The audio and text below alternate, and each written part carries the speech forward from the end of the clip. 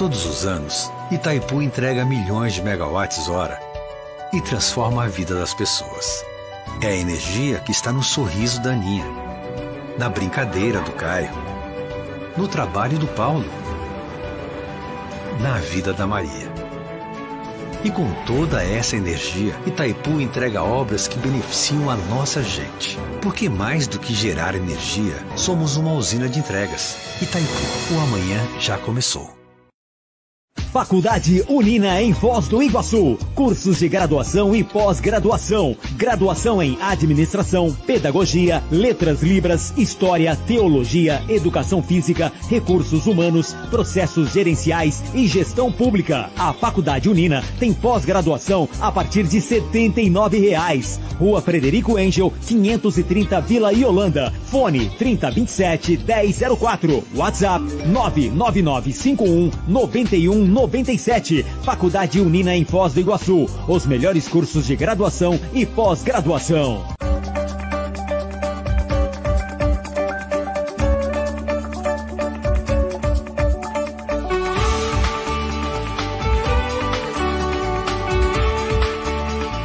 Informação, entrevistas, comportamento, saúde, família, empreendedorismo, os desafios enfrentados no dia a dia, relacionamento e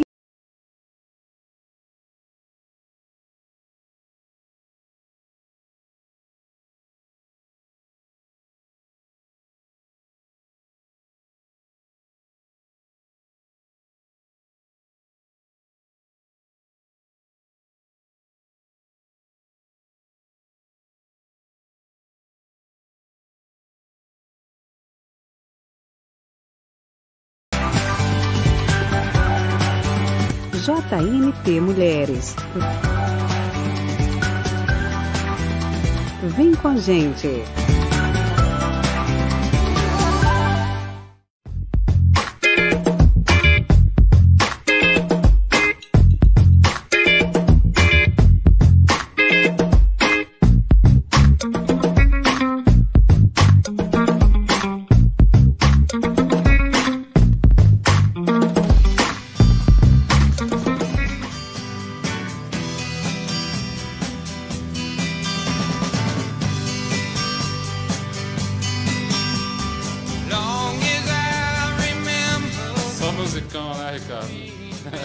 Para não perder a tradição, né?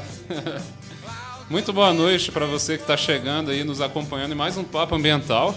Eu já vou aqui abrindo o programa comemorando, né? Aliás, é o 10º programa Papo Ambiental. Ó. Quando o Ricardo me convidou para vir aqui apresentar, eu nem imaginava que poderia formatar um programa e incluir, né, um conteúdo bacana aqui nessa grade de programação, que o JNT esse ano também está cheio de novidades, né, Ricardo? Uma qualidade aí diferenciada, né? Uma grade de programação também que está bem sólida. Tá ficando bacana o negócio. O Papo Ambiental tá aí para incluir essa grade aí, ó. Olha aí, ó, os bastidores aqui dizendo que vai ter 2 estreias ainda, hein? Então o canal aí tá crescendo e tomando espaço aí na internet Foz do Iguaçu.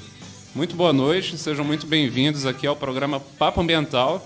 E hoje a gente vai ter convidados ilustríssimos aqui. Mostra aí os convidados aí pra gente, cara. Professor José Mauro Palhares, obrigado aí pelo convite mais uma vez, já é da casa já, sinta-se em casa, bem-vindo. Boa noite, Dantas, é um prazer estar mais uma vez aqui. Boa noite, Ricardo, e boa noite, Nilson. E Nilson Rafaim, arquiteto, né? Sempre um prazer a gente estar hablando aí da fronteira e de grandes projetos, né? Obrigado mais uma vez, Dantas, pela oportunidade. Obrigado, Ricardo, por nos acolher. Também o Palhares, que acabo de conhecer, geógrafo. Se tivesse algum curso que fazer, de novo, eu faria geografia. Mas, como estamos bem servidos de geógrafos, não precisa se preocupar. Mas está todo mundo em família aqui, né? Todo mundo ambientalista. Arquitetura e geografia também caminham junto, em certo sentido, né? Então, estamos aí. Muito em conjunto. Tem tudo a ver, geografia urbana, geografia regional. E é justamente sobre esses assuntos que a gente vai tratar, né? Pincelar aqui no programa de hoje. E eu vou falar para vocês também, dar um spoiler do que vai ser esse programa, né? Vamos falar da geografia física, que o professor Palhares tem bastante assunto legal sobre a água. E a gente vai passar também uma entrevista que fizemos, né, há 2 anos ou 3, né, por aí, sobre o Rio Boici, para a gente retomar aquela série de matérias, né, aqui do programa sobre esse rio. A gente vai falar um pouco também sobre a água, um pouco mais, né, sobre a água, que a água é sempre o assunto principal aqui do programa, né? A gente também vai pincelar um pouco o que foi essa cúpula do clima, né, e o que são essas reuniões globais, né, entre chefes de Estado, para poder discutir o clima e novos parâmetros aí para os próximos anos. Vamos falar um pouco também sobre meios de transporte. Tem aí uma matéria bastante interessante. Vamos falar do aerotrem, né, lá do Levi Fidelix, de todo esse modal, o que é isso, né? Vamos falar também um pouco da Perimetral Leste, né, da construção da ponte e das Águas Grandes, né, seu Nilson? Esse é o papo ambiental. Mas, para a gente começar aqui, eu já queria passar logo a entrevista com o professor Palhares, né, para a gente iniciar falando sobre a água e sobre o Rio Boici. Solta aí, Ricardo. É isso aí.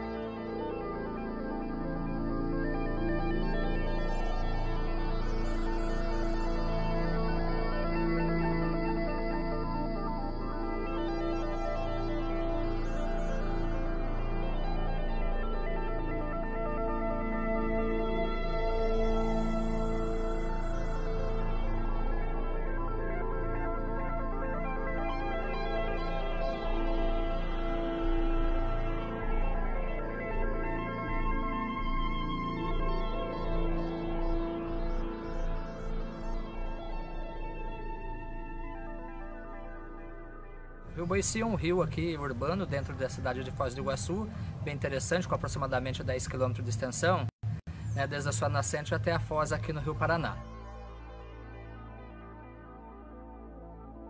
Muitas cidades, desde as primeiras cidades do mundo, que data de 2, 3 mil anos antes do presente, as cidades elas desenvolveram e cresceram próximo do rio devido à sua grande importância. E Foz do Iguaçu, inclusive, o nome Foz do Iguaçu é em decorrência da cidade estar localizada na foz do principal rio do estado do Paraná, que é o Rio Iguaçu.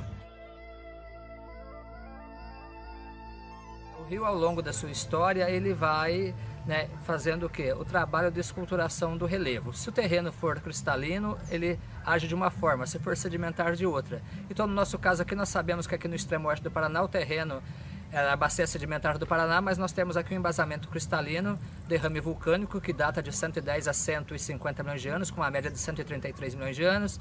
E o Rio Boici, naturalmente, então, ele nasce na parte norte da cidade, indo desaguar aqui no Rio Paraná. E ao longo desses aproximadamente 10 quilômetros, como eu já comentei, próximo aqui do Mercado Boici, inclusive, ele tem um meandro muito interessante. E nós sabemos que os meandros de um rio, muitas vezes, eles ocorrem em decorrência da grande quantidade de carga de sedimentos que ele traz ao longo de sua história. No nosso caso aqui não é tão grande porque esta região aqui, num passado que não muito distante, era totalmente coberta da floresta, da transição da Mata Atlântica para a Mata Tropical.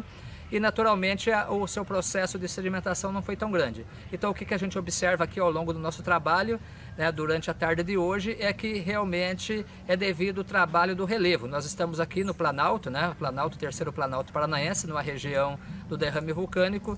Então o próprio relevo que ficou, fez o trabalho de esculturação. À nossa direita aqui nós temos o Rio Paraná, que é um dos maiores rios do Brasil e do mundo, e desde Guaíra até Iaceratá, na Argentina, ele tem um vale encaixado, que é o que chamamos de cânion ou canhão, que é esse vale encaixado que a gente observa. E o nível de base secundário do Rio Boici, no Rio Paraná, naturalmente onde nós estamos aqui, ele é mais baixo do que a sua nascente. E todo o rio, quando jovem, ele tem um trabalho de erosão bastante grande, principalmente a montante. Por quê? Todo rio ele quer manter o seu nível de base, equivalente à nascente com a sua foz.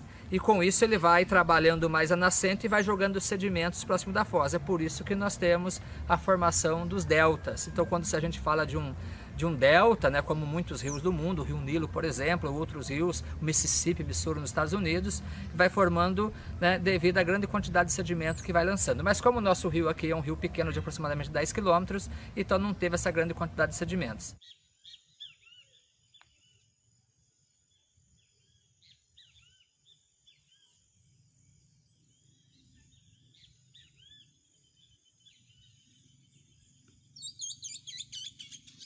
A cidade de Foz do Iguaçu, ela cresceu, ela teve um boom muito grande a partir dos anos 70 com a construção da Itaipu Binacional.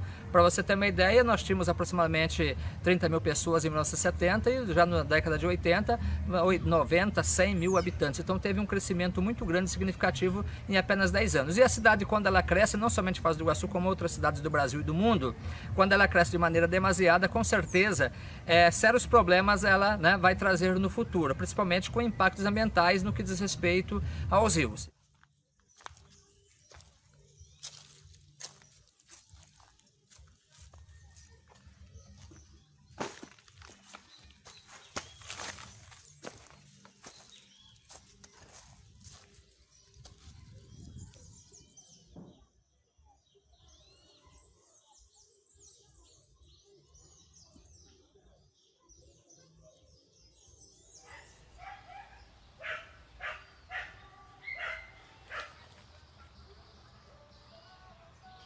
Consequentemente, esse crescimento tão vertiginoso, né, da cidade ao longo das últimas décadas, na verdade, o poder público, juntamente com a população, não fez o que realmente nós deveríamos fazer no que diz respeito aos recursos hídricos. E com isso, a gente observa, né, você fotografou bastante, filmou bastante o rio Boici, e a gente observa que realmente o rio ele precisa de ser trabalhado. O que a gente observou na nossa aula de hoje à tarde é que o rio está mobiliado, está com sofá, cadeiras, capacete, ar-condicionado, enfim, e realmente isso é um impacto ambiental bastante grande. Quem sofre com isso somos toda a população, do que diz respeito ao quê? À sua saúde, ao saneamento básico, enfim, isso traz uma qualidade de vida péssima para os munícipes. Então, realmente, estudante como você, pesquisador, juntamente com as instituições de ensino, deve trabalhar em prol disso para que num objetivo único é fazer o quê? É realmente melhorar e revitalizar os rios, né? E, infelizmente, o Brasil, 15% da água doce do mundo, enquanto no Brasil, para você ter uma ideia,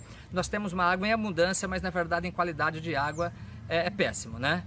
Nós temos muito o que fazer ainda no que diz respeito aos recursos hídricos no Brasil e não é diferente aqui no caso do rio Boici, a qual é seu objeto de estudo.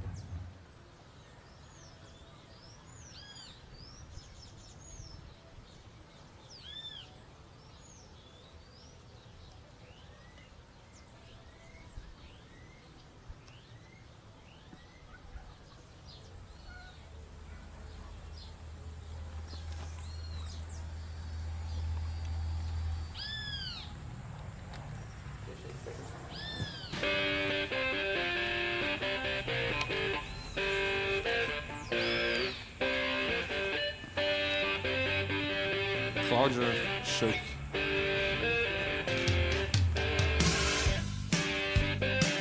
É isso aí, pessoal. Vocês viram? Esse documentário ele é do ano retrasado, se eu não me engano, né? Vocês podem acompanhar esse documentário e outros lá no canal SSC Foz do Iguaçu, que é aquele canal que eu sempre estou anunciando aqui, né? Que é meu e do Walter Zars. E a gente está fazendo esse conteúdo histórico e crítico também sobre a nossa cidade, né? Porque é preciso mostrar, sim, o desenvolvimento, mas é preciso discutir, né? A questão social, a questão urbana em Foz do Iguaçu. E o nosso canal ele cumpre também esse papel, assim como a função principal desse programa aqui, que é trazer educação ambiental e desenvolver o pensamento crítico das pessoas. Por isso, né, deixo a palavra aí com o professor Palhares para falar um pouco dessa experiência, né, que ele já vem andando bastante aqui na cidade de Foz do Iguaçu já há muito tempo e também lida com esses problemas ambientais, e ele atua bastante na área do ensino, né, professor? Sem dúvida. Foi bem interessante relembrar o que nós fizemos aí há 2 anos, na verdade, foi 2018, né? E é bom para a gente olhar essa evolução que vem acontecendo. E o que nos chama atenção, não somente no Brasil, em muitos locais, como também em todo o mundo, que está ocorrendo uma consciência, né, Nilson? Você vai falar sobre isso também, de muitas pessoas, de ONGs, entre próprios grupos das universidades e bairros, enfim, essa consciência do que realmente nós devemos conservar o meio ambiente, ou seja, o local onde nós vivemos. Caso contrário, ficará cada vez mais difícil a gente viver aqui em nosso globo terrestre, né, em nosso planeta. Porque nós dependemos da água, e a água está, né, inserida no nosso corpo em cerca de 70%, 80%. A água faz parte do nosso dia a dia, então é de fundamental importância a gente comentar sobre esse assunto. E me deixa bastante feliz né, você vem acompanhando ao longo desses últimos anos aí a respeito do Rio Boici, que é um dos mais importantes rios que cortam aqui a nossa zona urbana, o nosso sítio urbano aqui de Foz do Iguaçu, de onde nós estamos falando, e outros rios importantes também, né, que falaremos num outro momento. Pois é, eu quero aproveitar o momento, antes de passar a palavra aqui para o seu Nilson também, para dar boa noite para o pessoal que está nos acompanhando, né? Tem muito comentário aqui que já sumiu, mas o Ricardo vai me ajudar daqui a pouco a relembrar todo mundo. Lutécia Duarte, boa noite, aí, obrigado por estar acompanhando, tá? Minha mãe, um beijão para você. Diego Monteiro também está nos acompanhando aqui. Tem um pessoal aí universitário que está aqui, hein, acompanhando o programa, interessante. Ó, Cláudia Schuck aqui. Ela falou, oi, sogro. É sogro? Quem que é o sogro aqui? Boa noite, Cláudia. Obrigado aí por estar acompanhando a gente, tá? Isa Maciel, boa noite. Obrigado, Isa, pela companhia também.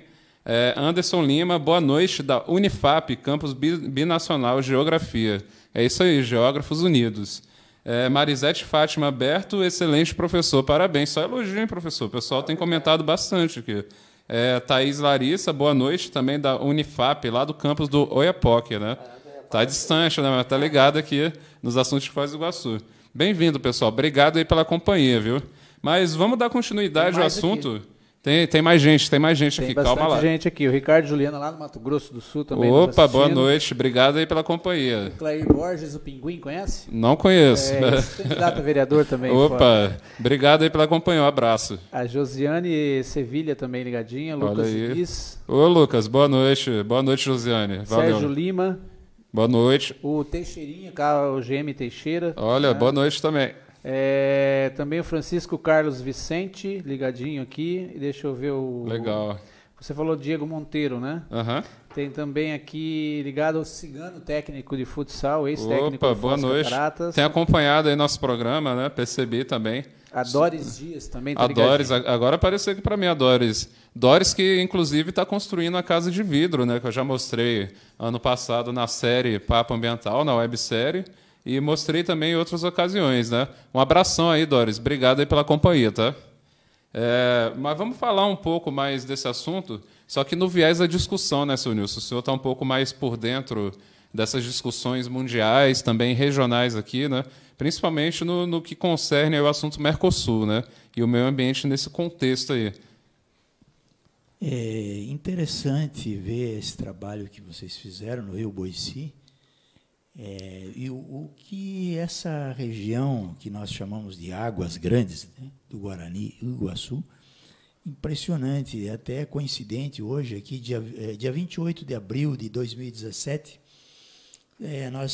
saiu uma publicação, e hoje no Facebook replicou, eu até tinha esquecido, mas foi uma audiência pública que saiu no âmbito do Parlamento do Mercosul, que pedia a tríplice fronteira na pauta de prioridade do Mercosul. Iguaçu, para você ter uma ideia, nós estamos, além de perder o trem, que já estava para ser previsto, você vai entrar depois nesse assunto. Vamos falar das ferrovias também. Que estava no tratado que o Brasil assinou com o Paraguai para a segunda ponte, já estava previsto a ferrovia, mas nós perdemos o trem.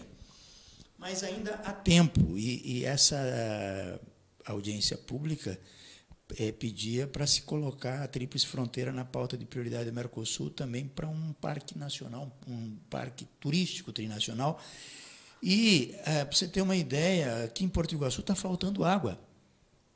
E é uma cidade do mesmo nível hierárquico que tem Foz do Iguaçu. A importância que tem Foz do Iguaçu para o Brasil tem a cidade de Porto Iguaçu para a Argentina. E lembro, na gestão do Paulo McDonald, inclusive, também faltou água em Cidade Leste e nós tínhamos que levar carro-pipa lá para ajudar os irmãos paraguaios. Talvez muitos se lembram. Se a ponte tivesse aberta com a Argentina, nós estaríamos levando socorro também para os irmãos argentinos. Mas isso é vamos dizer, um paradoxo, né? Como é que com tanta água falta água? O rio, eu tenho observado desde criança aqui, o Rio Paraná, antes não baixava tão rápido. Por quê? Nas nascentes nós derrubamos toda a vegetação e não protegemos as nascentes, e a água vem muito rápida e vai rápido. E chega muito mais rápido, talvez, lá em Buenos Aires, do que você chama ali no Delta, ou, né, no final, no estuário, ou na Foz, né?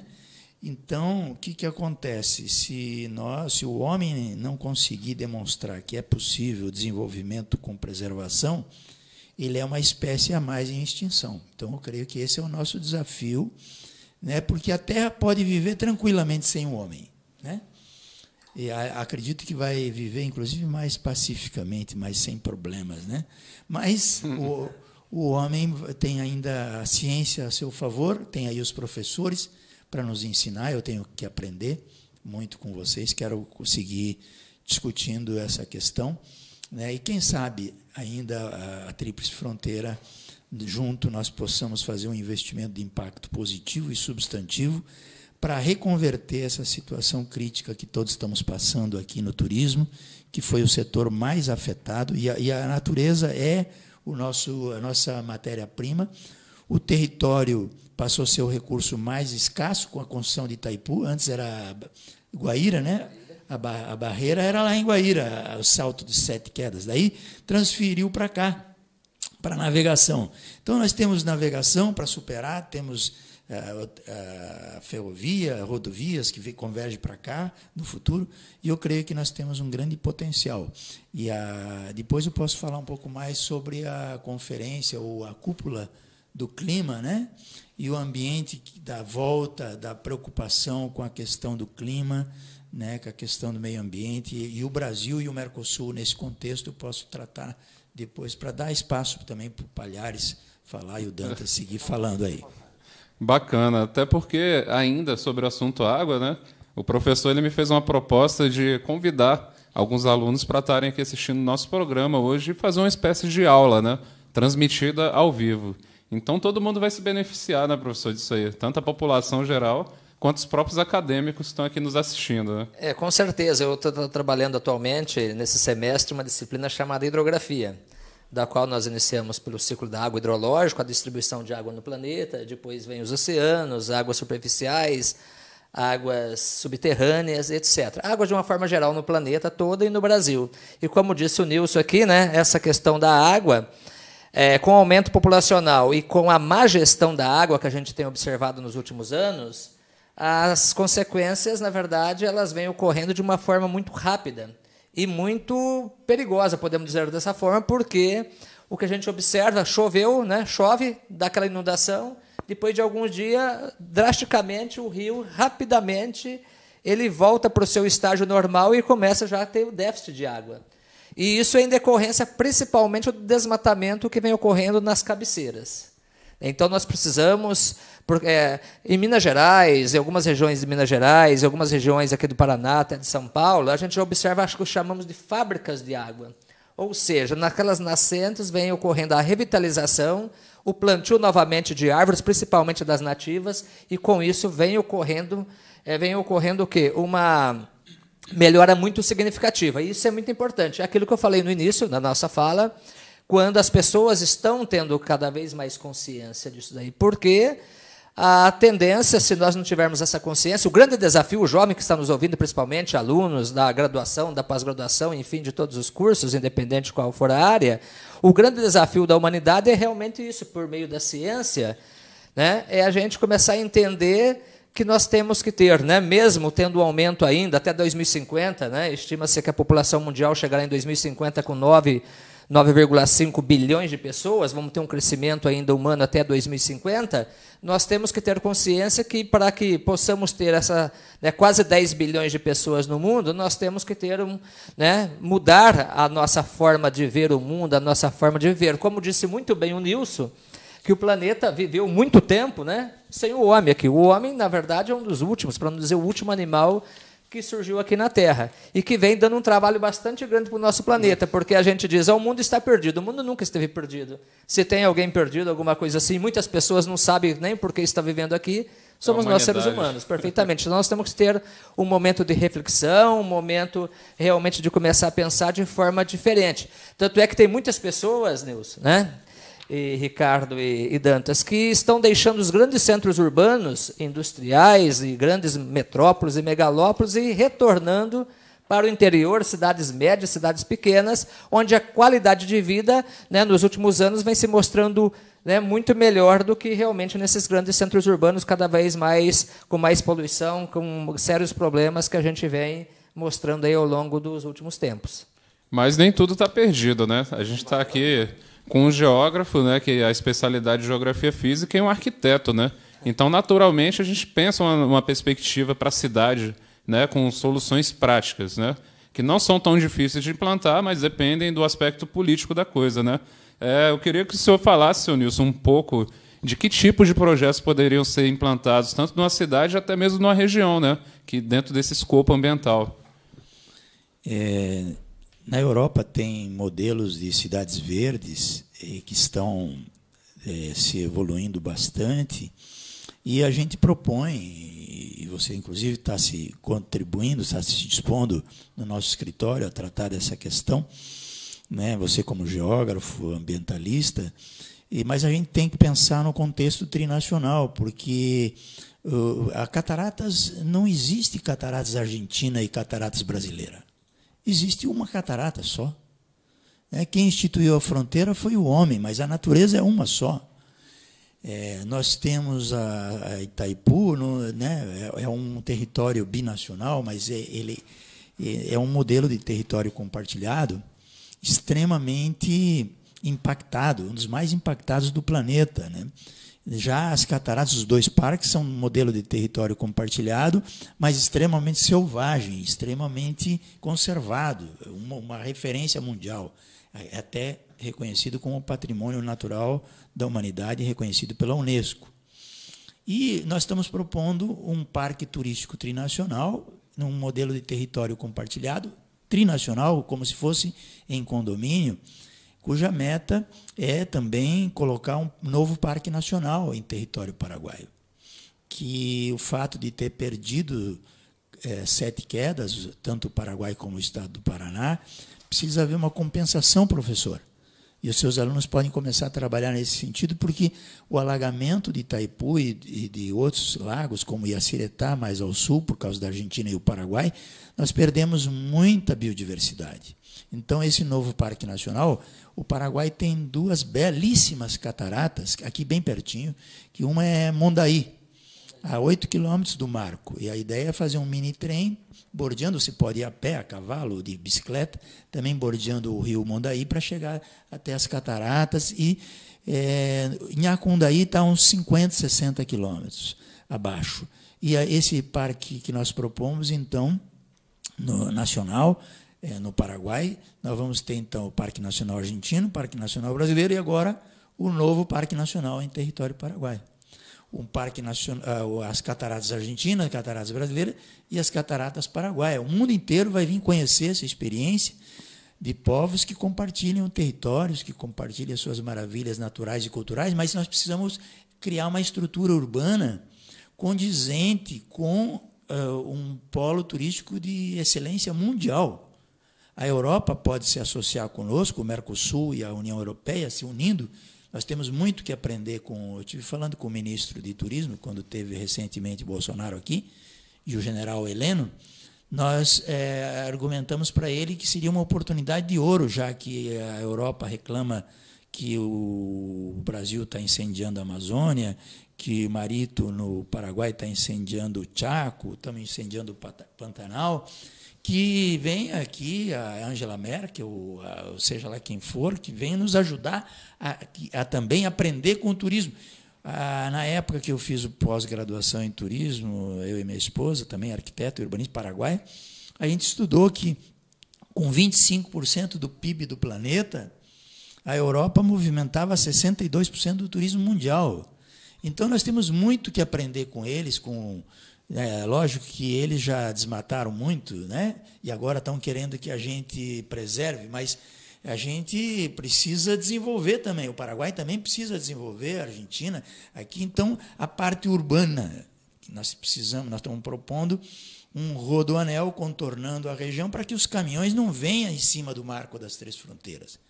Os marcos de fronteira são para turismo, para compartilhar as nossas maravilhas, tomar lá um tererê com os paraguaios, e tomar um chimarrão com os argentinos, eles vêm tomar uma caipirinha conosco. E a nossa meta, professor Palhares, seria dobrar o tempo de permanência do turista, o dobro de visitação que temos hoje, porque vai ser um novo produto turístico de excelência mundial, gerando mais de 6 mil empregos formais diretos e mais de 20 mil indiretos. Mas seria uma espécie de Central Park trinacional. Agora, os Estados Unidos tomou a liderança de discutir a questão do clima, o Biden, e reuniu os maiores, o Brasil, inclusive. Na próxima eu posso seguir falando, mas quero deixar espaço também para o professor e você seguir falando no diálogo, porque a frase que eu anotei, fazendo síntese da conferência, ou da cúpula para o clima, a cúpula virtual, que o Bolsonaro, inclusive, foi elogiado porque ele antecipou 10 anos a meta. Vamos ver se nós vamos fiscalizar para que isso aconteça.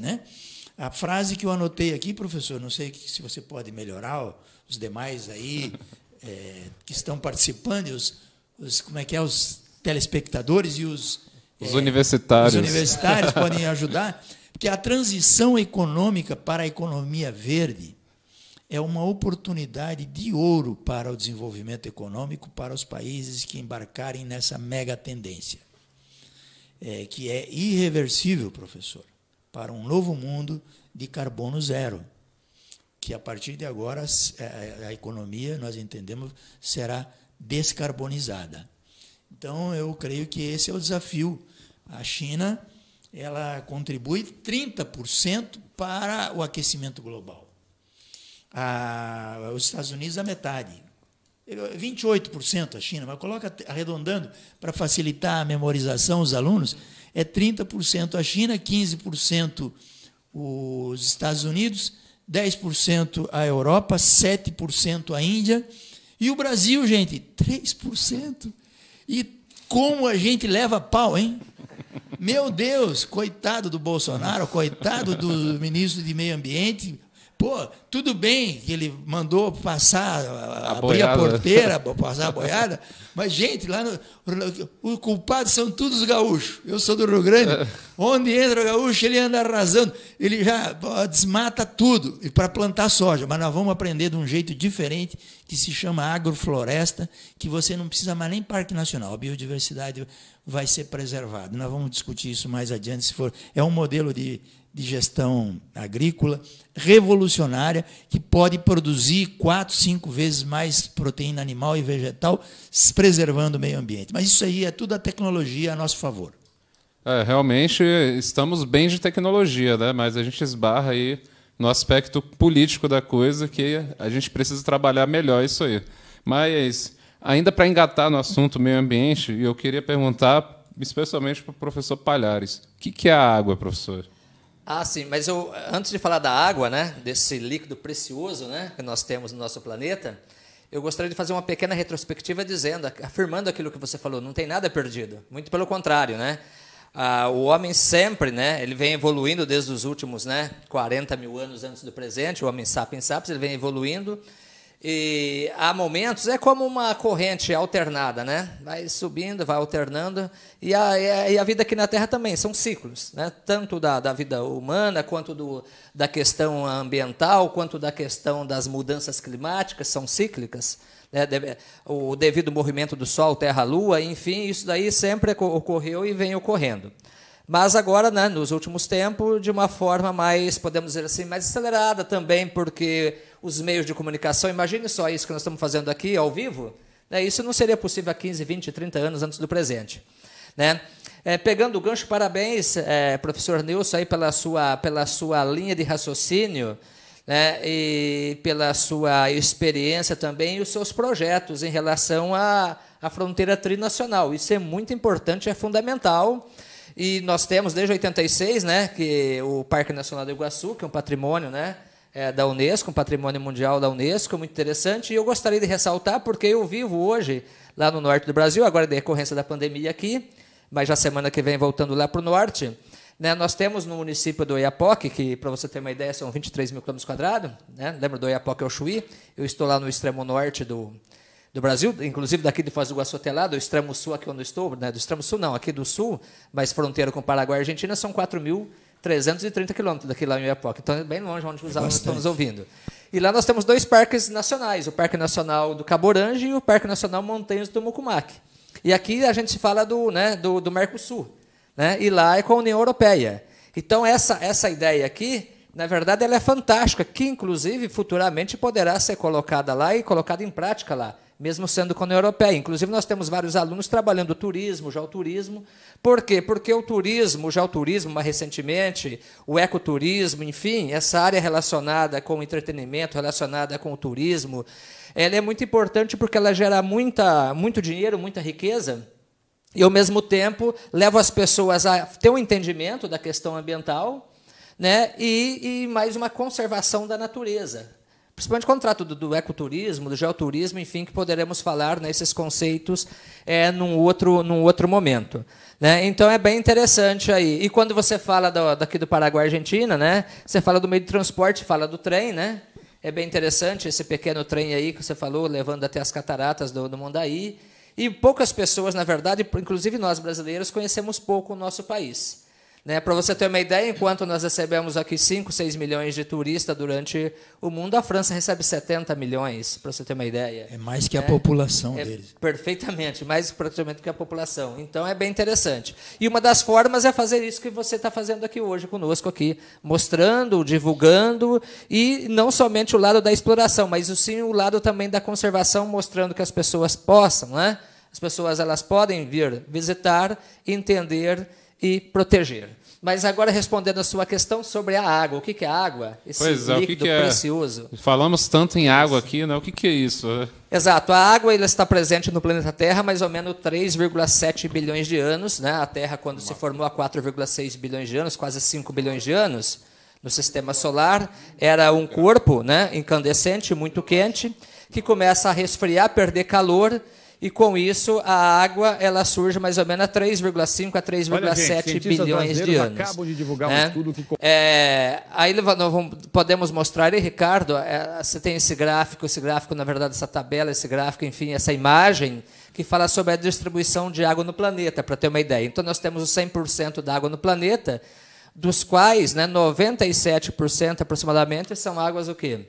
Águas salgadas, ou seja, água dos oceanos e mares. Né? E o restante é água doce, que na verdade não é doce, a gente costuma dizer sempre para os alunos, para não diferenciar, para diferenciar na verdade da salgada, a gente fala água doce. Né? Dos quais pouquíssimas pessoas sabem que desses 3% restante, mais de 2% encontram-se nas calotas polares. Hoje eu estava, por exemplo, vendo um filme, um programa, uma reportagem bem interessante a respeito dos Alpes suíços, né, italianos, suíços, franceses, etc., falando exatamente isso daí.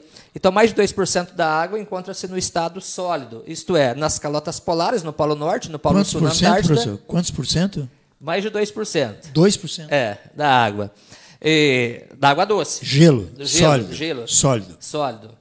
Né? Tem mais água doce nas calotas polares, no Polo Norte, no Polo Sul e no alto das cordilheiras, das montanhas, dos Andes, Alpes, Apeninos, Pirineus, Montanhas Rochosas, Himalaia, entre outras grandes cadeias de montanhas da era Cenozoica terciária, do que a própria água subterrânea, para você ter uma ideia. Então, é bastante água. Mas quando a gente fala de água, de uma forma geral, tanto no planeta Terra, quanto no Brasil, quanto no Paraná, enfim, o primeiro passo é a distribuição. A distribuição é irregular. Nós temos áreas do planeta onde tem muita água, por exemplo, o Brasil, 15% da água doce do mundo encontra-se no Brasil, dos quais 70% na Amazônia, com 5% da população vivendo lá, pouco mais de 20 milhões de pessoas. Então, é um lugar onde não tem tanta gente, com muita água. Né? E quando você pega o sertão nordestino, né? O sertão nordestino com quase 50 milhões de habitantes, onde tem uma quantidade de água bastante reduzida. Né, para você ter uma ideia, lá a água evapora mais do que precipita, por exemplo. Lá a evaporação é maior do que a precipitação no sertão nordestino, uma área com quase 1 milhão de quilômetros quadrados, denominado Polígono da Seca, onde nós temos mais de 10 milhões de pessoas vivendo. Antes do Brasil ser descoberto, o Nordeste era floresta ou se sabe se era já meio semiárido? Muito boa pergunta. Não sei se eu vou conseguir responder, mas excelente essa pergunta. as mudanças climáticas, elas sempre ocorreram. São cíclicas, como nós já comentamos, né? E seria difícil investigar isso? Não, existem estudos, né? Muitos estudos, inclusive, na literatura. Se você pegar os últimos 5.000 anos, a floresta amazônica, por exemplo, ela tem pouco mais de 5.000 anos, é o que chamamos de ótimo climático. Antes disso, nós tivemos período mais seco. E é bem interessante, você tem como mostrar o mapa mundi aí, por exemplo, uma imagem do planeta. A América do Sul, olha só, né? Aí a porção sul da imagem, né? Na porção oeste, aí, enfim, no sul. Nós temos a corrente aqui que banha esse frio que nós estamos. Eu estou de blusa. Nós estamos aqui de blusa devido ao quê? Uma frente fria, devido a uma massa polar proveniente da Antártida, né? Que chegou aqui. Então, quando há o período frio do planeta, o que acontece? Há maior congelamento da água nos polos, norte e sul, no alto das montanhas, e com isso há o quê? O nível do oceano ele baixa. Então, quando houve baixou o nível do oceano, essas frentes frias que passam para nós aqui, essas correntes marítimas, elas afastaram da América do Sul, consequentemente chovia menos. Se chove menos, a floresta existente ela reduz a savana, reduz a cerrada e assim por diante. Então, muda a vegetação. Quando há um aquecimento global, o que acontece? Ao degelo, o descongelamento, o nível do oceano eleva e, com isso, volta àquela normalidade, provocando maior quantidade de chuvas. E se tem maior quantidade de chuvas, obviamente, a vegetação ela floresce e, com isso, nós temos a floresta amazônica. A floresta amazônica, por exemplo, se você pegar entre vários autores, a Aziz Abissabra, que escreveu muito sobre a Amazônia brasileira, por exemplo, sobre a floresta, entre o Paulo Vasolin, entre outros tantos escritores de fitogeografia, você vai observar que tem pouco mais de 5.000 anos, é o que chamamos de ótimo climático. Né? Então, quando a gente fala, olha, o aquecimento global, se ocorrer uma redução ou desmatamento da Amazônia, obviamente, se desmatar a Amazônia, nós vamos ter problema de chuva aqui no Paraná, São Paulo. E pode faltar até energia, né? Porque os nossos reservatórios estão cada vez mais em estresse, né? Estresse hídrico. Estresse hídrico chamado, né? E é verdade, professor, eu vi na televisão, agora com essa conferência do clima, essa cúpula do clima, que nos próximos 10 anos existe possibilidade de haver um aquecimento entre 1,5 grau a mais ou até 4 graus. Será que é possível isso? Olha, existem estudos, existem os céticos, né, do que diz respeito à questão climática, e existem estudos. Né, por exemplo, o professor Molion, que é da Universidade Federal de Alagoas, ele diz que nós estamos num período agora, ele afirma, inclusive, que nós não estamos num período de aquecimento, e sim resfriamento global. Se você pegar, por exemplo, na época dos vikings, né, que povoaram a Groenlândia, tanto é que a palavra Groenlândia, para quem não sabe, significa território verde. A Groenlândia, a temperatura já foi muito maior do que hoje é gelo, mas já foi habitada a Groenlândia, já teve agricultura na Groenlândia no ano de 1100, 1200, por exemplo, foi num período onde a temperatura estava mais alta do que hoje. Em 1200? De 1250 a 1850, nós tivemos o que chamamos de pequena idade do gelo, ou seja, a temperatura do planeta mudou bastante. Você conhece naturalmente bem a Europa, né? Eu pego o Rio Sena, por exemplo. Lá em Paris, o Rio Sena até 1800, 1850, ele congelava todos os anos, ficava completamente gelo. Então a temperatura era muito mais baixa. Então imagine só, quando a gente fala de aquecimento, o aquecimento ou resfriamento. Às vezes o aquecimento é melhor do que, ou menos pior, ou menos impactante do que o resfriamento. Se você observar um resfriamento, se a Terra resfriar, nós vamos ter sérios problemas, por exemplo, com a agricultura. Apesar que com o aquecimento também muitas culturas que até então eram produzidas somente em regiões frias, né, como uva, maçã, trigo, enfim, pode ir, né, para outras regiões com resfriamento. E também nós temos que levar em consideração aquilo que você falou bem no início, o que nós temos de tecnologia. Então, o grande desafio hoje é a tecnologia, é produzir uma maior quantidade de alimento, principalmente com a população que está crescendo no Brasil e no mundo, impactando cada vez menos o ambiente. Se você pegar hoje, por exemplo, quando surgiu a Embrapa nos anos 70, nós temos áreas aqui do Paraná, do Mato Grosso, de Goiás, enfim, de várias regiões do Brasil, que está produzindo 7, 8, 10 vezes mais do que nos anos 70, 80. Ou ainda, nos anos 70, o Mato Grosso do Sul, o Mato Grosso, Goiás, aquele cerrado ninguém queria, né? E quando você fala exatamente isso, o que ele disse é verdadeiro. Quando você chega na Amazônia, no Pará, ou no próprio Amapá, Tocantins, enfim, Amazonas, Roraima, quando fala gaúcho, o sinônimo de destruição, né? O gaúcho exatamente, derruba gaúcho, tudo. destruição. Vai lá para derrubar exatamente a E floresta. plantar soja. Perfeitamente, plantar soja, tirar o nativo lá, o indígena, o ribeirinho, o caboclo, enfim, é dessa forma. Deixa eu dar uma palhinha aqui, atrapalhar um pouco a explanação. O pessoal está comentando, participando até muito bem hoje. Obrigado aí pela companhia de vocês. Tiago Moreira, ele dá aqui boa noite, Geografia, Campus Marco Zero, mandando um abraço. O Zé Lima aqui mandando um abraço também. Obrigado aí, Zé, um abraço para você. A Doris Dias, ela fala aqui, ó, a raça humana é pior e tem destruído o meio ambiente e a natureza. Precisamos dela no nosso planeta. Ela ressalta a importância, né, da natureza e que a gente deve sim preservar. O Edivan Forte dos Santos, ele fala boa noite, da Unifap lá, campus binacional. A Lutécia, minha mãe, ela está dizendo aqui, acontece que a raça ruim, que faz grande mal à natureza, acha que a mesma não vai cobrar, né? E isso a gente vê, por exemplo, quando se ocupa áreas irregulares numa bacia hidrográfica, né? A água sobe e leva tudo. O Maicon Santana, ele disse aqui que a net está ruim, mas aqui no estúdio está tudo bem, não teve muita... Aqui está ótimo. A Lutécia aqui dizendo aqui, achando legal a presença do professor Palhares, um representante do extremo norte do Brasil. A Iranilda Silva de Lima, boa noite, do extremo norte também, lá do Oiapoque. Ela, um abraço e obrigado, tá? O Michael Santana, ele falou que melhorou. O mestre falou sobre o nosso Oiapoque. Boa noite a todos. Está emocionado lá.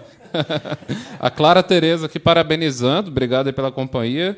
A Adriele Oliveira, boa noite. O Anderson Lima comenta, essa distribuição desigual das águas começa a gerar problemas e conflitos geopolíticos, né, professor?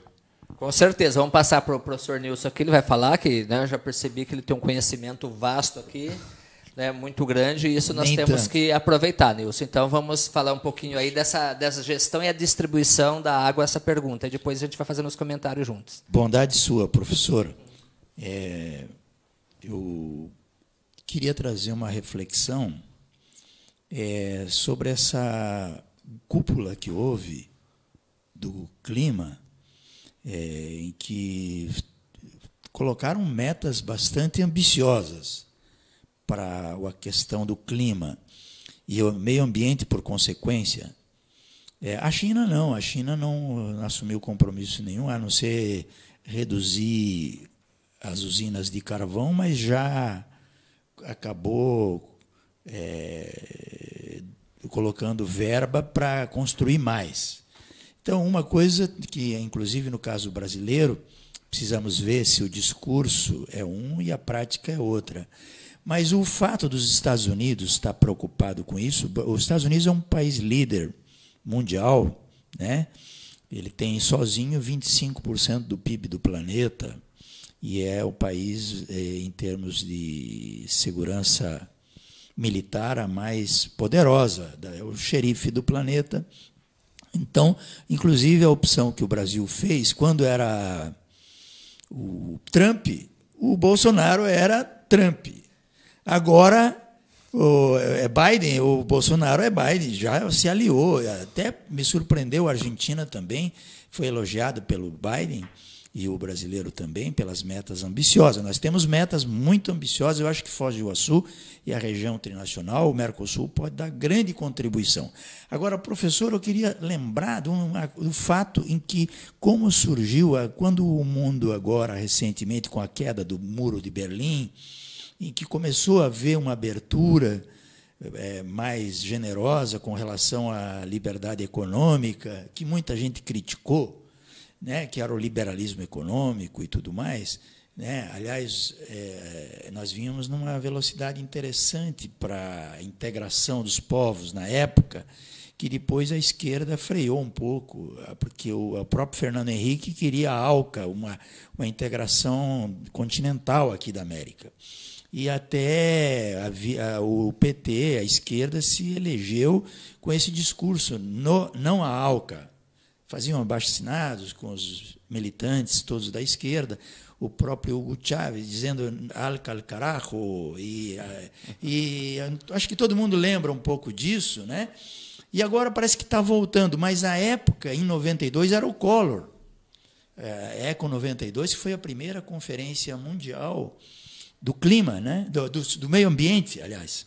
E o Brasil foi sede, o Brasil, no Rio, foi famoso o trabalho.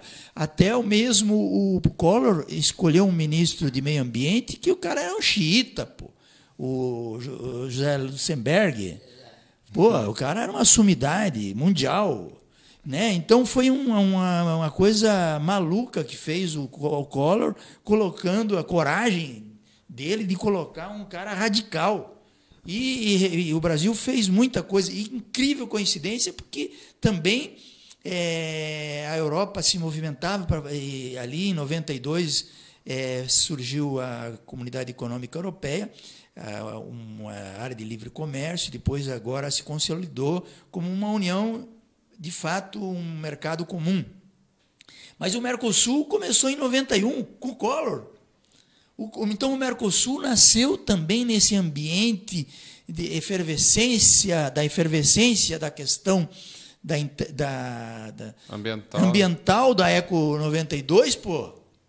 Então, e agora a gente vê a Argentina, que são os países mais fortes aqui, o Brasil e a Argentina, né, defendendo a questão ambiental, o governador aqui de Misiones também falando da navegação da Bacia do Prata, sim, mas que precisamos ter o entorno do rio preservado, ele quer reservas naturais também. Não é? Então, o desenvolvimento econômico, eu creio que é uma oportunidade para nós agora aliar o desenvolvimento econômico com preservação, e Foz do Iguaçu, a Tríplice Fronteira, pode ser uma referência mundial. Porque nós temos aqui, além das cataratas ser uma das 7 maravilhas do mundo da natureza, a Itaipu é uma das maravilhas da engenharia mundial. Então, é uma das 7 maravilhas da engenharia.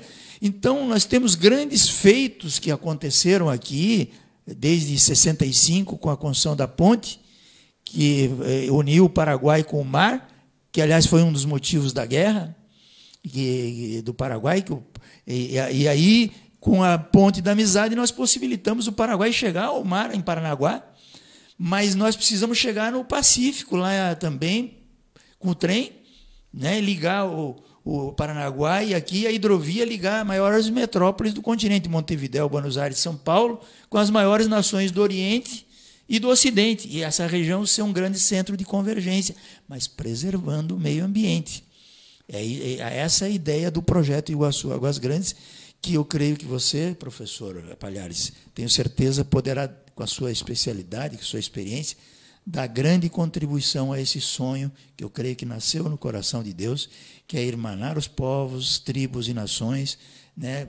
E há uma particularidade que, quando nós apresentamos esse projeto para o superintendente da Suprema Corte de Justiça do Paraguai, e falei que a guerra agora não é mais canhão, nem fuzil, que esse anel, que nós queremos construir um anel ligando os 3 aeroportos, fazendo o link da hidrovia, não precisa nem a eclusa, não precisa mais eclusa, esse anel com 10% do custo, e nós ligamos as maiores metrópoles, que é São Paulo, Buenos Aires e Montevidéu.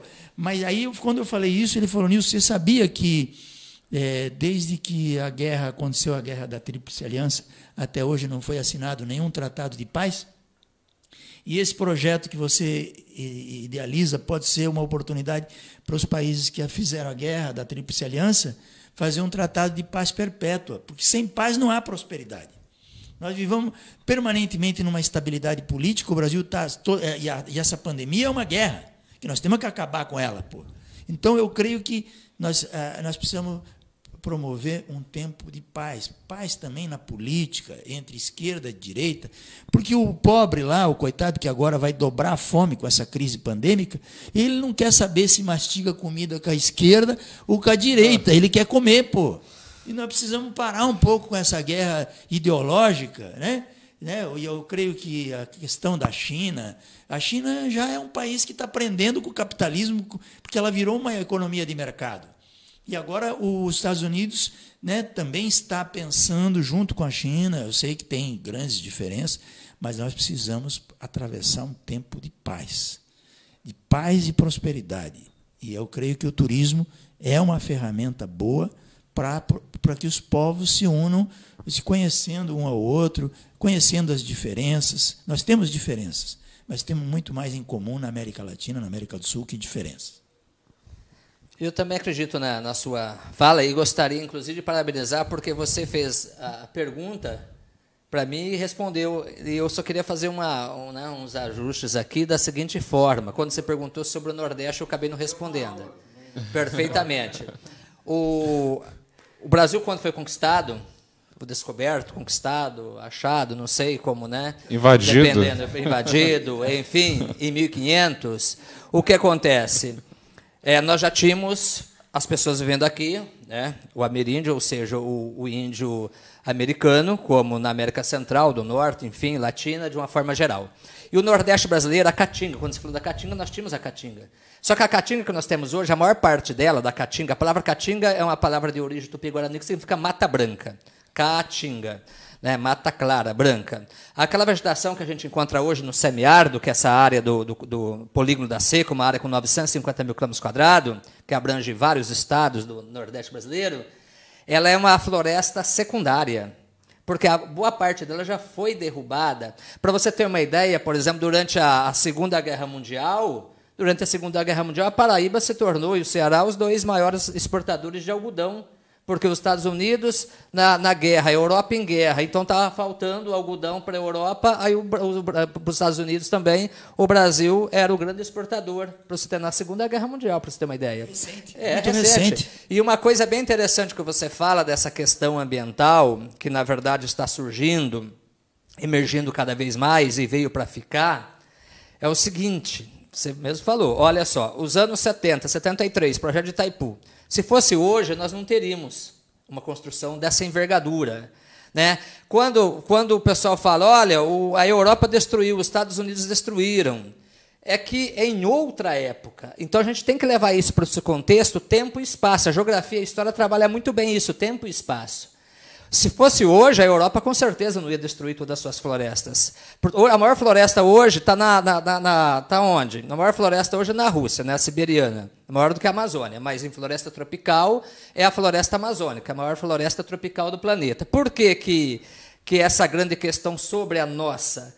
Porque nós temos uma biodiversidade muito grande. E olha, se destruirmos toda a floresta, daqui 50, 100 anos, ela volta, ela vai regenerar. Ela vai voltar ao que era. Mas o que nós temos que levar em consideração é a perda do quê? Da biodiversidade, tanto das plantas quanto dos animais. Milhares de espécies de plantas e animais existiam, já não estão existindo mais. Então, esse é o grande problema. Porque se fala, não, vamos destruir, a gente deixa lá abandonado, daqui 50 anos volta, vai voltar. O que era? Árvores grandes, floresta fechada, tudo bem, mas e essa biodiversidade, essa quantidade, essa riqueza? Perfeitamente. Então, quando você falou muito bem, em 1972, né, que surge a primeira questão ambiental, que foi em Estocolmo, na Suécia, né, surgiu, então, a questão ambiental. Nos anos 70, os 2 países que mais poluíram o mundo foram Brasil e Índia, nos anos 70. Que foi a chamada, né, aquela década do grande crescimento, da explosão do crescimento brasileiro. O Brasil crescia 10% ao ano, era uma China. Exatamente, o Brasil e a Índia. E depois, aí em 72, então, nós tivemos essa primeira questão em Estocolmo, na Suécia. 20 anos mais tarde, a Rio 92, que você mencionou, que é aqui no Rio de Janeiro, no Brasil. 10 anos, que foi a Rio mais 10, em Joanesburgo, na África do Sul. E já estamos falando agora já da COP26, que vai acontecer em novembro, em Glasgow, na Escócia, agora este ano, para tratar dessa questão ambiental. Então, é bem interessante. Então, o período é diferente. Se fosse hoje, com certeza. Então, o grande desafio nosso do Brasil é fazer o quê?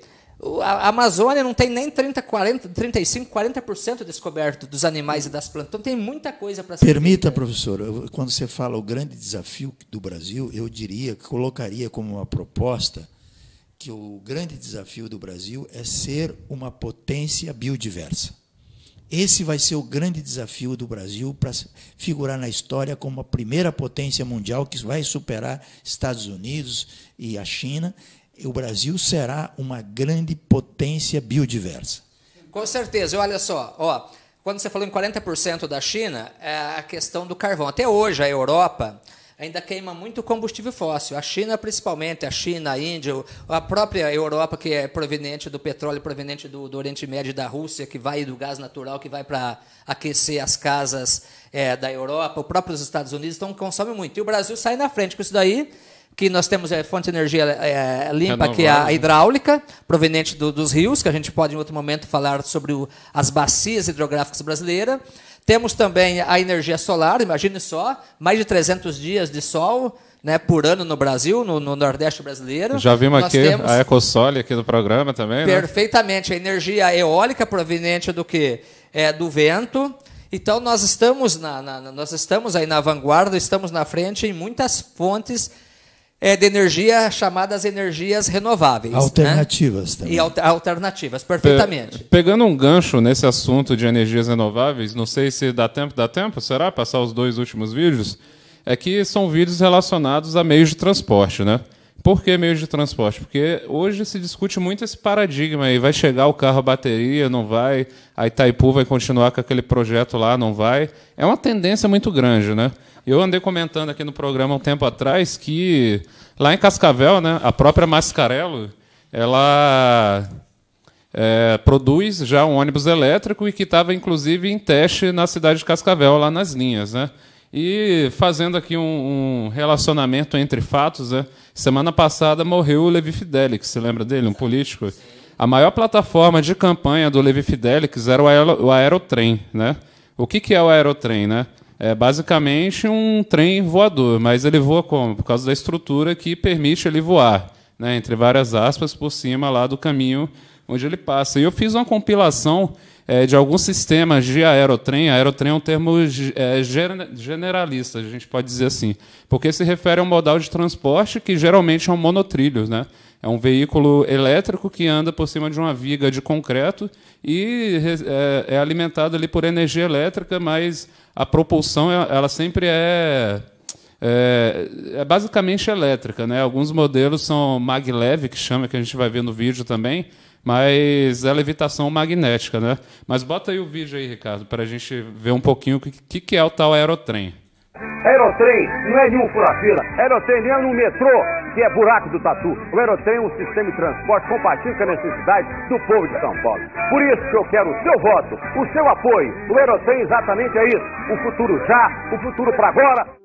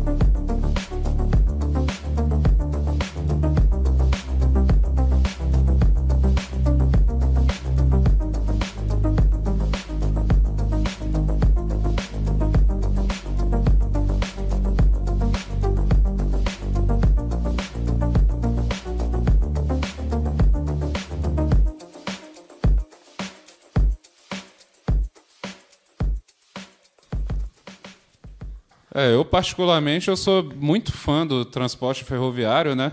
E eu fico muito triste com essa tendência brasileira que vem acontecendo já desde os anos 80, né? Por que eu trouxe esse assunto, né? Quando eu era pequeno, na época da eleição, eu sempre via a propaganda do Levi Fidelix falando sobre a Aerotrem, né? Isso lá no final da década de 90.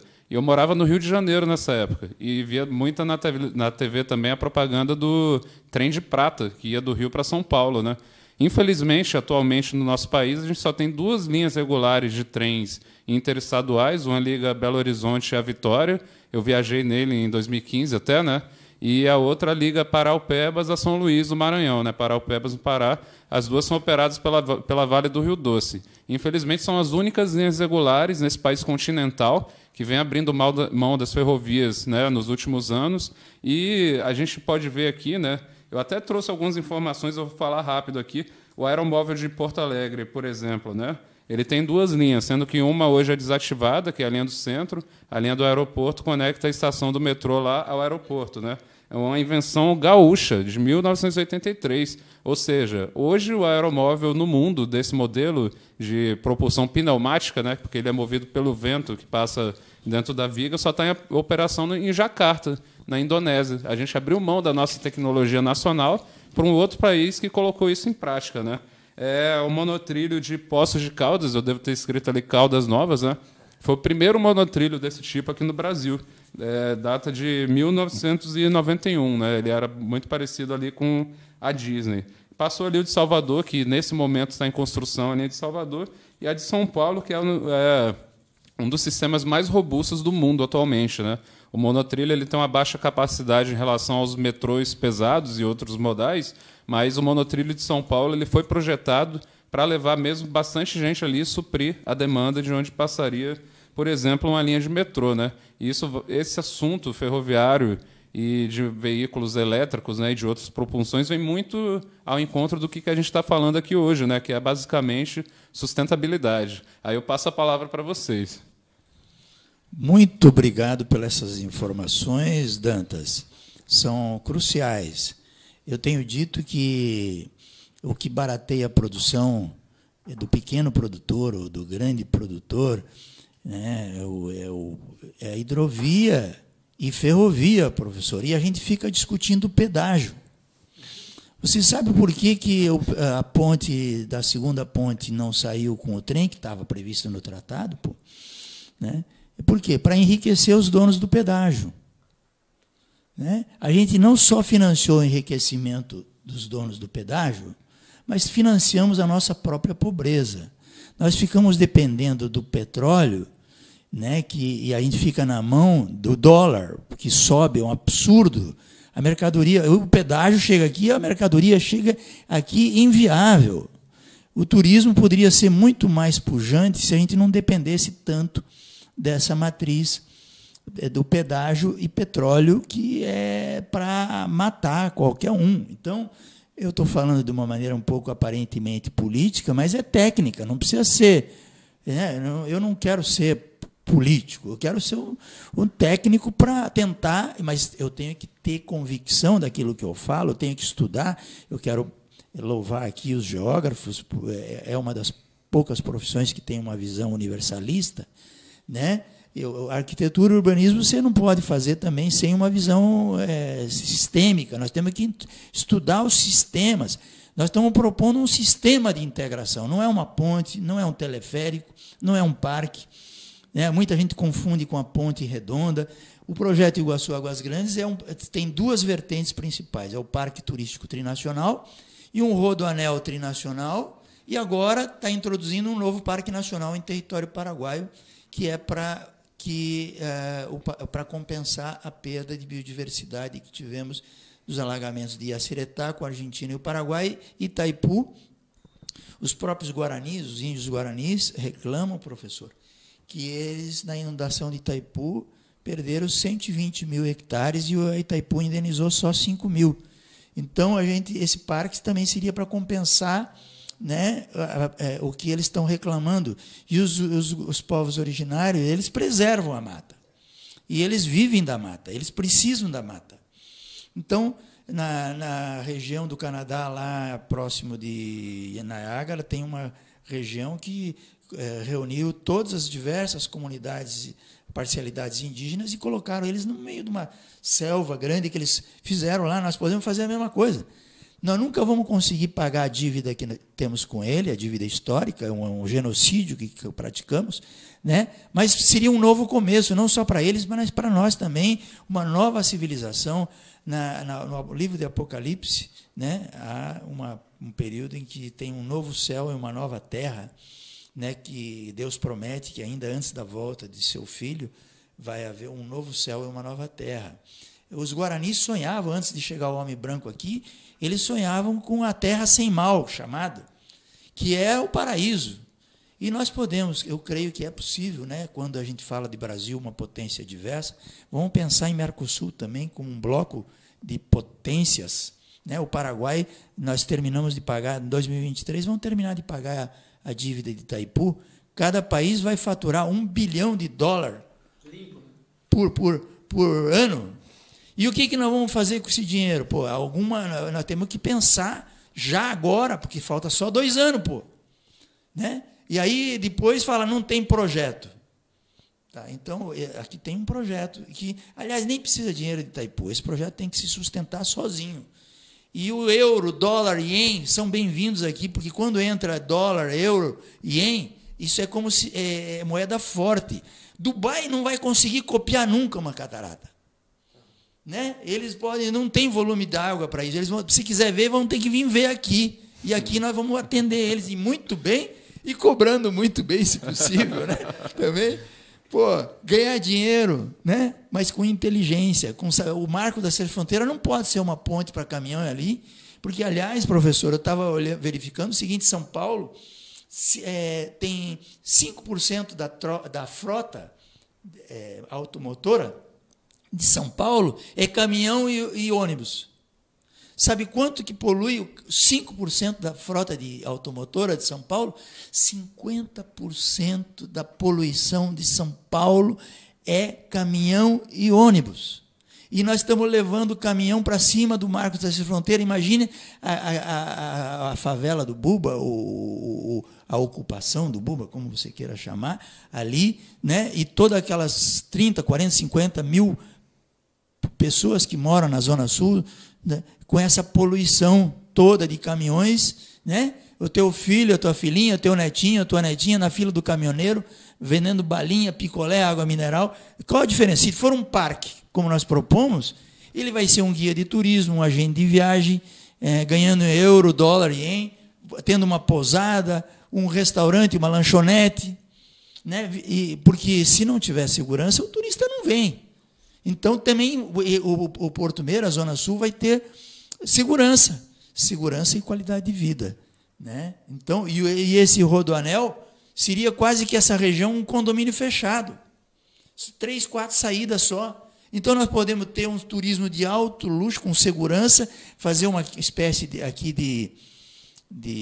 como se fosse Principado de Mônaco, como se fosse como Angra dos Reis, como Punta del Este, turismo de alto luxo, mas também turismo de base comunitária, onde você traz amigos da Europa, dos Estados Unidos, e ele fica na sua casa, na casa do seu filho, conhecendo a comunidade, a cultura local, os índios, né? Uma coisa de convivência harmônica, mas autossustentável, né? Com segurança. Mais ou menos isso, segurança e ordem para um futuro. Nós somos hoje, professor, somando aqui, 800 mil pessoas. Já somos uma metrópole internacional. Nós temos que planejar essa região para receber 10 vezes mais. Essa região tem que estar preparada para 8 milhões de habitantes. Como fazer? Esse é o nosso desafio. Muito bem, na sua linha de raciocínio e com o projeto que você está nos apresentando, eu acredito que vai. Eu estou convencido que Foz do Iguaçu, nos próximos 5, 8, 10 anos no máximo, será a cidade o destino turístico mais visitado do Brasil. Com a ampliação da pista do aeroporto, né? Tendo condições de voos internacionais para os Estados Unidos, para a Europa, etc. Com a segunda ponte, com a roda gigante, Se for para turismo a segunda ponte, não para caminhão. Para caminhão tem que ser o rodoanel. Perfeito. Tudo bem. E, então, é muito interessante, eu estou convencido que isso vai acontecer. E parabéns aí pelo projeto, o qual você, me parece, está encabeçando, né? Vamos discutir isso na academia, professor? Com certeza, pode contar comigo que eu estarei à inteira disposição para tratar desse assunto. Quando você fala sobre os modais, né, modais terrestres, vamos falar dos terrestres, né? Quais? O rodoviário, o ferroviário e o hidroviário, né? Muito bem, por vias, rios, lagos. No caso, quando você fala, por exemplo, da transposição, como nós não temos uma eclusa aqui na Itaipu, mas com o Rodoanel será possível, né, com uma ordem de 10%, você falou, é possível você ligar o centro, né, a região centro-oeste do Brasil, o sudeste, que é a região do ponto de vista mais econômica desenvolvida do Brasil, com o Mercosul, aqui com os países do sul, meridionais, como Uruguai e Argentina. Então é bem interessante. E aí tratamos de águas transnacionais, ou seja, o Rio Amazonas, por exemplo, nasce no Peru e deságua no Brasil.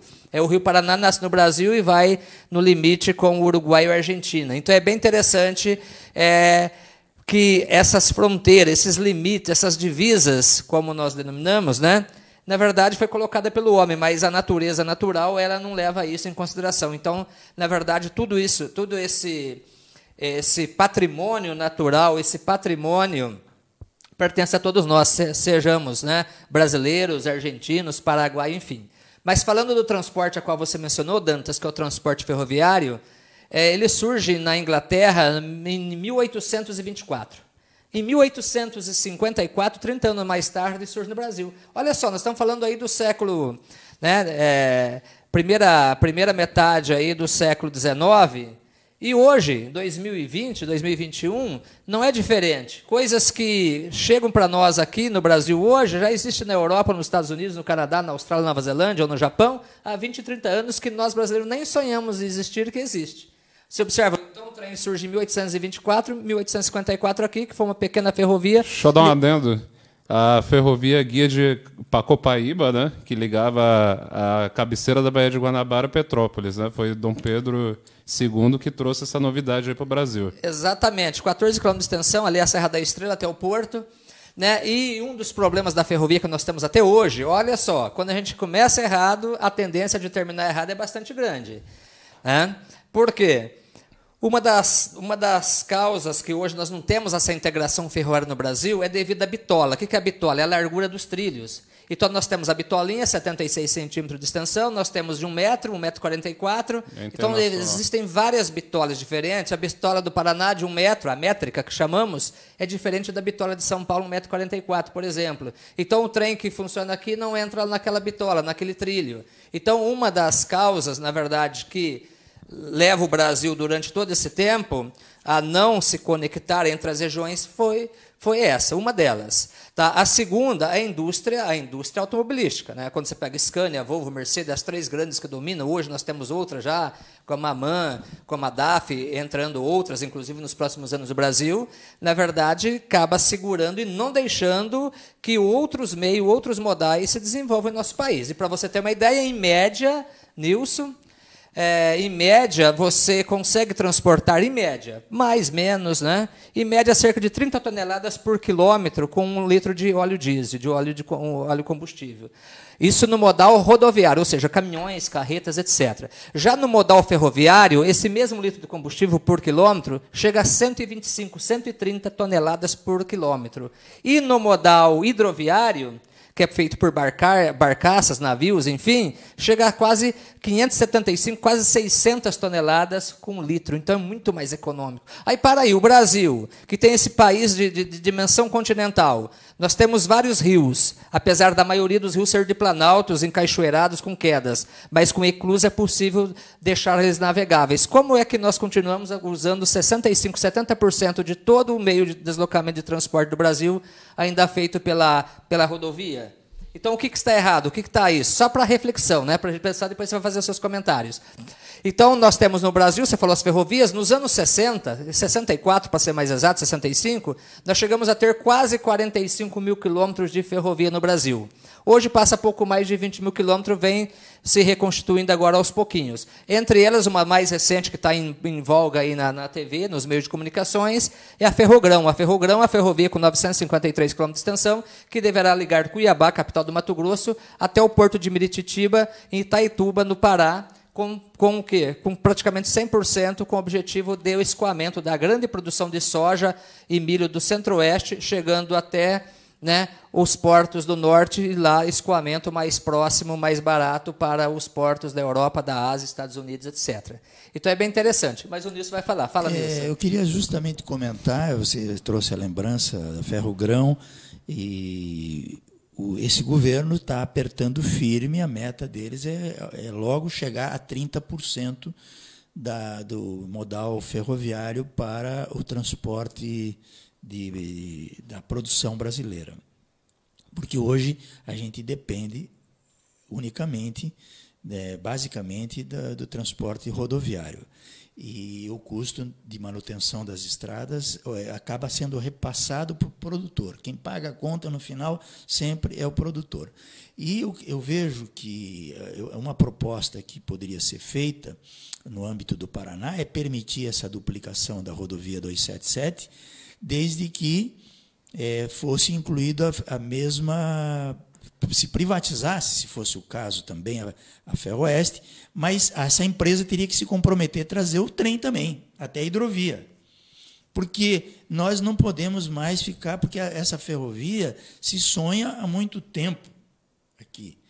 Desde os irmãos lá que construíram em Morretes, os irmãos Rebouças, né? E depois, que imaginavam que Assunção e Curitiba estavam no mesmo paralelo, né? E sonhavam com isso. Bertone também, eu fiquei sabendo que faz menção, que é um sábio suíço contemporâneo de Oswaldo Cruz, que tem aqui embaixo, ele tinha uma biblioteca particular de 20 mil livros, ele mesmo escrevia os livros, ele mesmo imprimia, e ele teve o primeiro jornal bilíngue aqui. Então, é um patrimônio que faria parte do Parque Nacional Paraguaio que nós estamos propondo. Além das Cataratas do Mundaí e Inhacondaí, também seria o Museu Bertone, museu científico, que eu consideraria, professor, que deveria ser reconhecido como patrimônio científico da humanidade, porque ele foi uma pessoa de vanguarda. E ajudou muito o sanear o Rio de Janeiro, junto com Oswaldo Cruz. Então, nós temos muita intimidade cultural. O europeu gosta de, quando viaja, conhecer a cultura local. Então, nós precisamos, creio que, desenvolver esse conhecimento. E sabe por que os Estados Unidos é um país desenvolvido? Você deve saber mais que eu, pô. Poxa, porque se você precisar trem, tem trem. Então, esse paradigma, esse paradoxo, vamos chamar, também, de que as indústrias de caminhão não querem, porque os fabricantes de pneu não querem, porque é o lobby disso. Desculpa, professor, mas a gente tem que desmistificar isso, ao meu modo de ver, porque é uma grande estupidez, porque a China está investindo pesado na África, e usando a África não só quer a autossuficiência alimentar, eles querem derrubar a hegemonia norte-americana, todo mundo sabe disso. E nós vamos perder, que nem se perde uma guerra se nós ficar assistindo a briga, porque hoje a guerra não é mais fuzil nem canhão, como eu falei, é tecnológica e é econômica. Então, se o Mercosul se unir aqui, nós vamos produzir mais que os Estados Unidos. Então, tem um ditado maquiavélico que era dividir para reinar, né? Então, se nós não nos unirmos aqui, os 3 países, nós temos 3 países aqui dos 4 do Mercosul, que se reúnem aqui. Então, nós temos que acabar com cada um ficando olhando de costa um para o outro, e olhar de frente e dizer o que nós podemos fazer junto, pô. Então, toda essa ameaça que nós temos aqui vai virar um grande favelão trinacional se nós não pensar em termos urbanísticos como uma metrópole. Nós temos uma metade da população quase de Belo Horizonte, que é uma mega metrópole. Nós temos uma metade quase da população de Curitiba, que é uma maior metrópole do sul do Brasil. É maior que Assunção, e a gente tem só 2 pontes.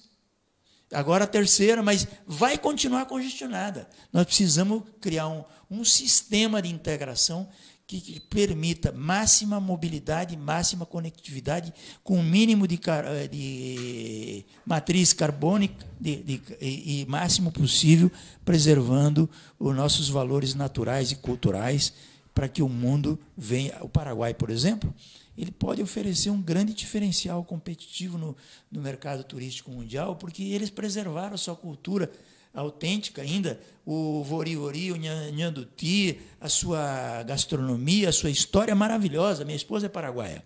Eu conheço, e eu conheço bem a idiosincrasia paraguaia. Eles têm a simplicidade, mas têm uma riqueza extraordinária. E, terminando de pagar a dívida de Itaipu, vai ser uma Suíça da América do Sul.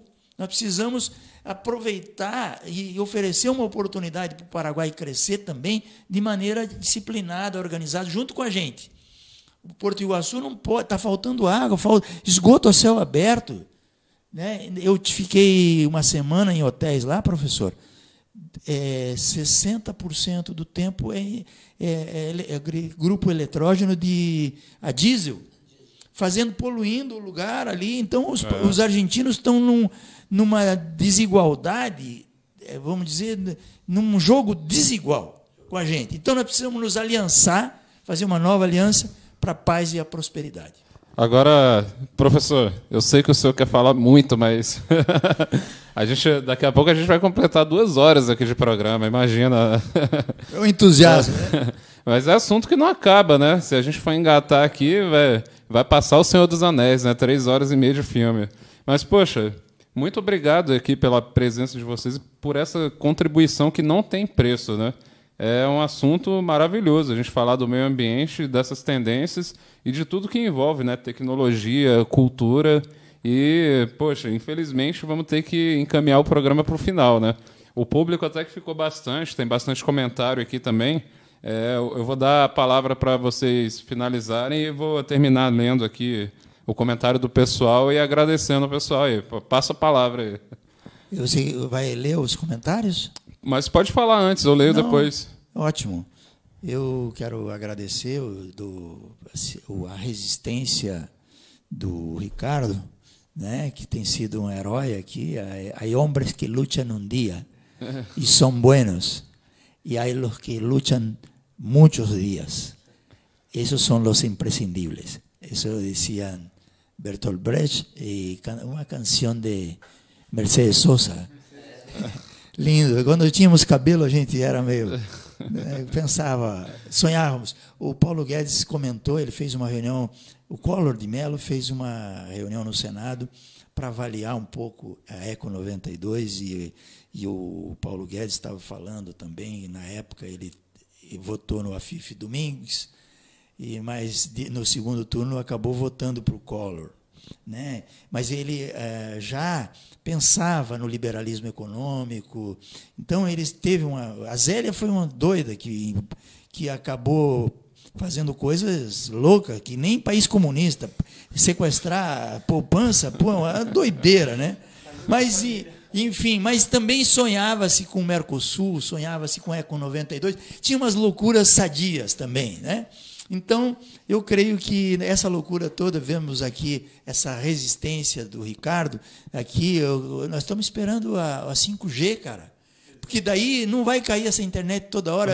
A gente passa vergonha, eu tentando fazer uma live esses dias com uma audiência pública do Mercosul, né? E do ProSul caindo, mas graças a Deus com a tecnologia e a experiência do Dantas a gente conseguiu recuperar, participou o Ministério de Turismo, junto o prefeito de Hernandárias. O Chico Brasileiro acabou fazendo uma manifestação depois também, pedindo apoio para esse projeto, ele está engajado nisso. Eu creio que é tempo. O Bolsonaro é doidão também, mas eu creio que aí os militares deram esse exemplo de Itaipu com Joaquim Luna e Silva, esse novo também está disposto. Eu creio que Itaipu e pode ajudar a gente a criar, com seu apoio logístico, estratégico, a fortalecer os meios de comunicação, cada dia mais aqui, porque são vitais. Os meios de comunicação são vitais para que a comunidade possa desenvolver uma consciência crítica. Com certeza. Então, Dantas, né, eu agradeço a oportunidade de estar mais uma vez aqui, foi um prazer. Como disse o Nilson, o Paraguai é um país bilíngue, né? São 2 línguas oficiais, o Guarani e o espanhol. Então, dos 42 países do continente americano, nós temos o Canadá e o Paraguai. Esses 2 países são 2 países bilíngues. No caso do Canadá, o inglês e o francês. E já aproveito e mandar um abraço lá para a Cláudia lá e para o Henrique. Encontro-se lá em Niagara Falls e está nos assistindo. E mais uma vez, exatamente. E mais uma vez também, né, desejar agradecer a oportunidade de estar aqui e dar uma boa noite a todos e até uma próxima, se Deus quiser. Poxa, eu que agradeço vocês terem aceito o convite aqui e aproveito também a oportunidade para deixar as portas abertas, né? Vocês são sempre bem-vindos aqui. Tem muita coisa que a gente podia discutir hoje, mas infelizmente o tempo não deu. Mas com certeza teremos aí outras oportunidades para estar falando da logística, da ferrovia, né? Falar mais profundamente. Um seminário nas faculdades, discutir com os acadêmicos, com a prefeitura, com os governos, a comunidade, a sociedade civil. As possibilidades são muitas. Vamos botar a mão na massa. Contem comigo para isso aí. Eu queria desejar uma boa noite para quem nos assistiu até agora. Eu vou ler rapidamente aqui os comentários, né? A partir do último que eu li. Seu Gercindo Lopes, marido da Doris, boa noite para o senhor, um abraço, tá? Edson Silva, lá do Oiapoque, a Lutécia parabenizando o seu Nilson pelo desejo da paz, né? Realmente é muito bonito essa ideia, são poucas pessoas que têm essa perspectiva. O Anderson Lima, ele disse, comentem a respeito dos nossos aquíferos, é terrível a possibilidade, né, ou tentativa de privatização dos nossos recursos hídricos. Isso aí dá pano para manga, hein, professor? Jacindo Lopes disse, tudo que Deus fez, o homem está destruindo, destruindo tudo. Deus deu tudo de graça e não cobrou nada aos seres humanos, né? Mas estamos aqui cumprindo a nossa função de educar, né, e levar informação e de que pessoas como você possam agregar, né, ao que queremos fazer aqui nesse programa. A Doris Dias, ela disse que deixa a China no quadrado dela. Eu não entendi muito bem em que contexto, Doris. Depois você escreve aqui para eu poder ler. A Nara diz aqui, Nara Regina Espada, de Santa Terezinha de Itaipu. Belo trabalho, Dantas. Boa noite, Nara. Obrigado, tá?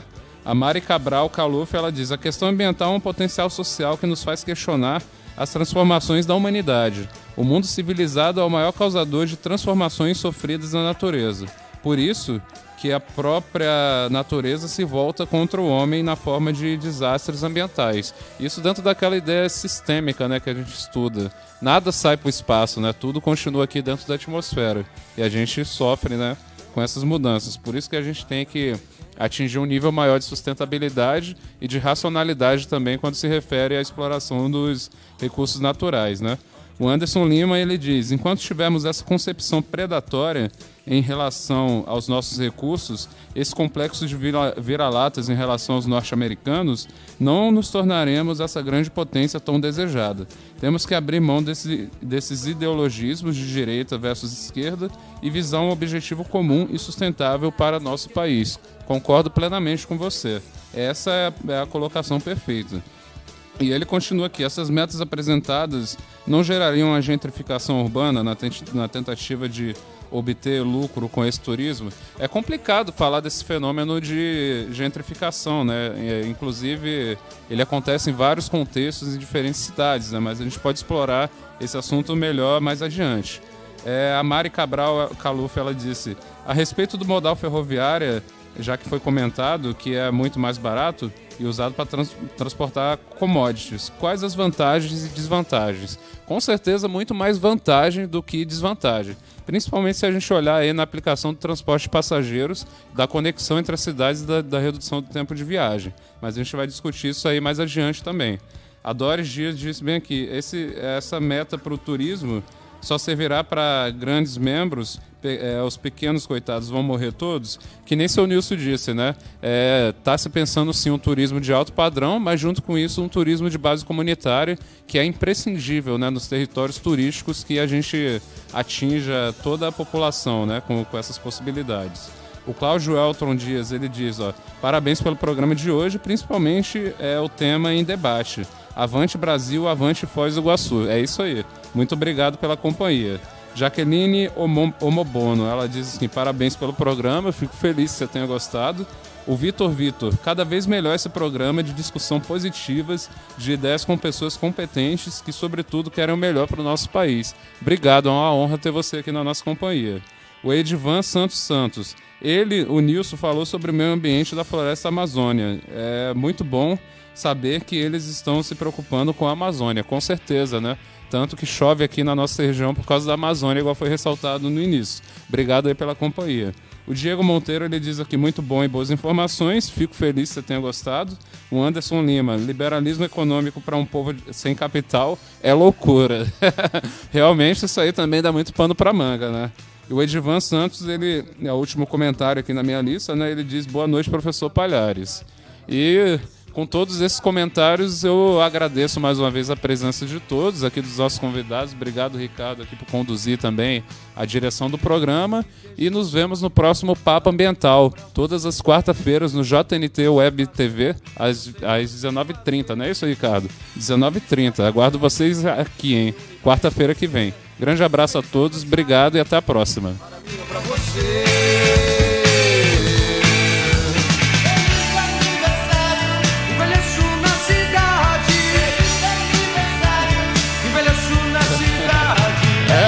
Esquece no programa.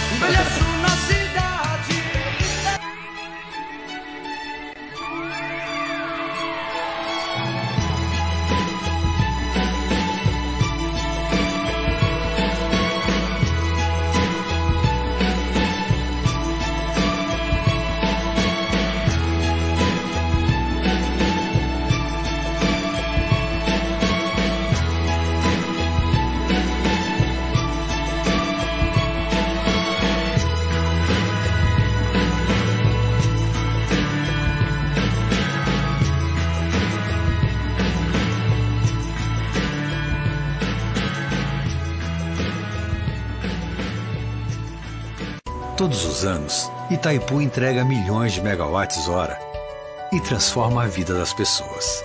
É a energia que está no sorriso da Aninha, na brincadeira do Caio, no trabalho do Paulo, na vida da Maria. E com toda essa energia, Itaipu entrega obras que beneficiam a nossa gente. Porque mais do que gerar energia, somos uma usina de entregas. Itaipu, o amanhã já começou. O mundo está em uma constante transformação. O homem evolui, a natureza se recria. Os desafios colocados em nosso caminho definem se vamos superá-los ou não. O tempo não para. E nós também não. Está chegando um novo estilo de fazer comunicação, de estar conectado com o mundo. Um novo conceito de entretenimento, informação e interatividade com você. Agora em todas as redes sociais e com muito mais conteúdo. Com a qualidade de sempre e de um jeito diferente na rede. Fique ligado, um novo tempo chegou. JNT TV, vem com a gente.